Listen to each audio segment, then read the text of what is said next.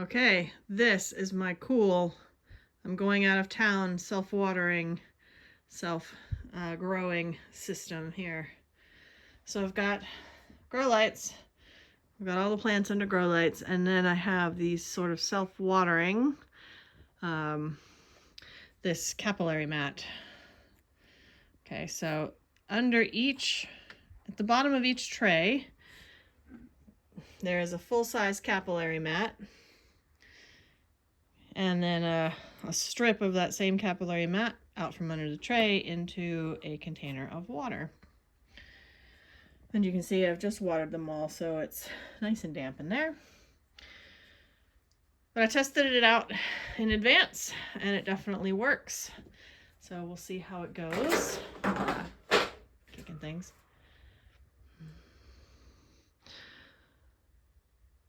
Okay, so I'll have to fill these containers better. All the other plants, I've given them all lots of water, and they'll be fine for a week by themselves.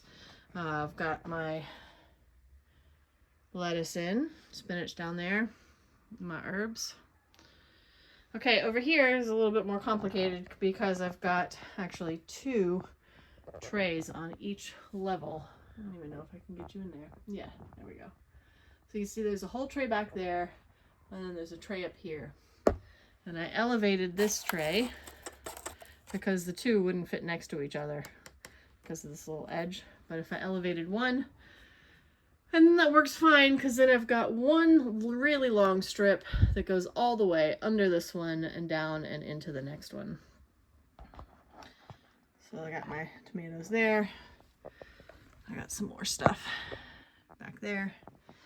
And then these containers, which are, you can see the bottom of the water container is higher than the bottom of the tray. And then over here, same thing. I've got 1 wicking strip to the capillary mat there, and 1 wicking strip to the capillary mat there. And I've watered everything really, really well. So nothing is dry to start with. I hope it'll work. I think it'll be fine.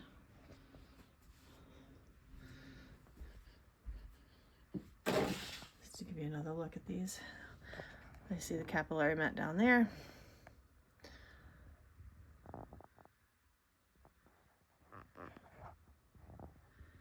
Can't see into there.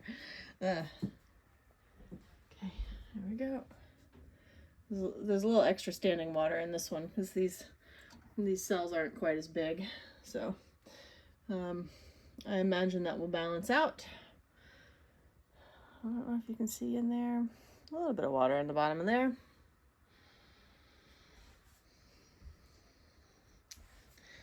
But that's the situation. We'll have to see what it looks like when I get home. Well, we're back, and it seems everything's alive and has grown. Look at that. So these definitely used up all their liquid. Still damp.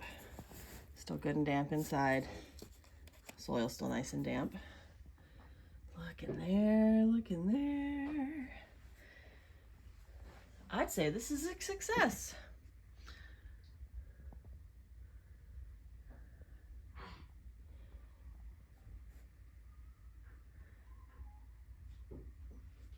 Awesome. Let's see. I gotta water all of these guys. Water those, but they all came through it okay. These are not getting enough light over here.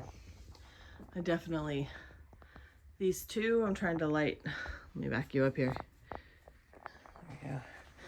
With those 2, plus the window, I'm trying to light all of these plants. So definitely have to make a change there. And I'll give you a peek in here. Look at this. Look at the forest. And you can see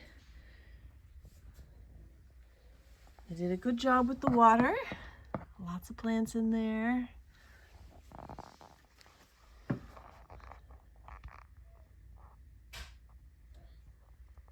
Awesome. And over here, looking good. Down there. Everybody's looking good. This one, when I came in last night, the parsley had drooped. It needs more water more often than anybody else, so I popped it in there. But you can see there's still water in each of these trays. The wicking fabric is working well. All of the soil is damp, but not too damp. Look at all the Lisianthus. Goodness, it grew. Okay, awesome. And my got some primula. All right, well, I'm going to take this apart and I'm going to start reacclimating these guys to the sunlight, and then I'll show you how this works. Check it out. So I've got my piece of felt, basically, my wicking fabric, and I have a length of wicking fabric that I cut as a strip. This should be plenty. Okay, just this length here, but I used a really long one to go all the way over to the back end. Let me show you here. So you've got your wicking fabric. See if you can still see it. All right. You want to take your strip underneath the wicking fabric. I took mine all the way to the back end just because I wasn't sure how well it was going to work. And then you're going to put your sheet over it. Okay, so you see there's a strip that'll be down here in the water reservoir, and a sheet, and that strip runs under the sheet all the way to the back. Now you want to ensure that both pieces of fabric are wet, okay, when you start.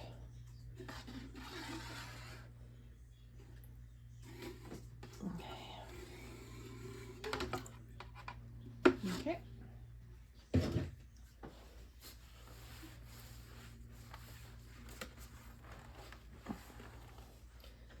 Should be good. Nice and wet, and you can see my strip here. Nice and wet. All right, your reservoir. I picked these trays because let me tilt you a little bit. Let's see here. There we go.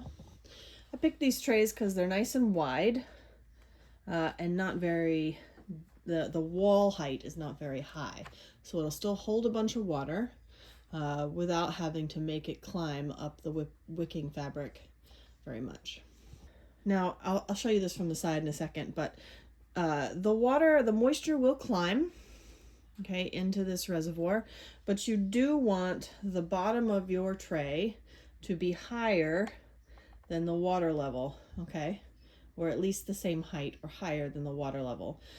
If the tray is higher, if the water reservoir is higher than the tray, the water that's in here is just going to siphon down and sit underneath your seedlings, and you don't really want them to sit in water. That's the whole reason for this process anyway. So you want the tray to be just higher than whatever your water level is, or at about the same height. I'll show you that from the side in a minute, but let me fill my reservoir here.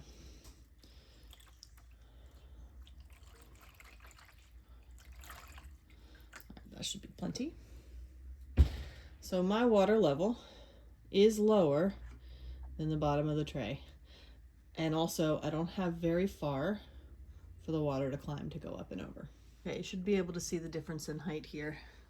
All right, the bottom of the tray, okay, is the top edge of the reservoir is a little bit higher than the bottom of the tray, but of course I'm not filling the water. I'm not filling the water all the way up.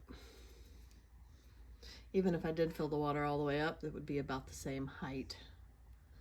So that's about fine. Okay, so to show you that this works we're gonna run a little experiment. And I did this experiment before I set this up and left. So this is very, very dry soil. Okay, very dry. It hasn't been watered in a while. These were seeds that didn't germinate. So, and you can see a little bit when I push down. You can see how that water makes a little. You see the little edge of the water there. So I'm getting good contact, and I'm going to do this with a couple of different, types of containers for you. Here, let's see how dry that is.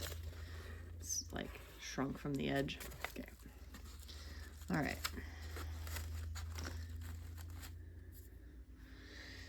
So, miraculously, these very dry containers of soil are going to re-moisten. They'll become moist. So we're going to check back in with these and we'll see how they do over time.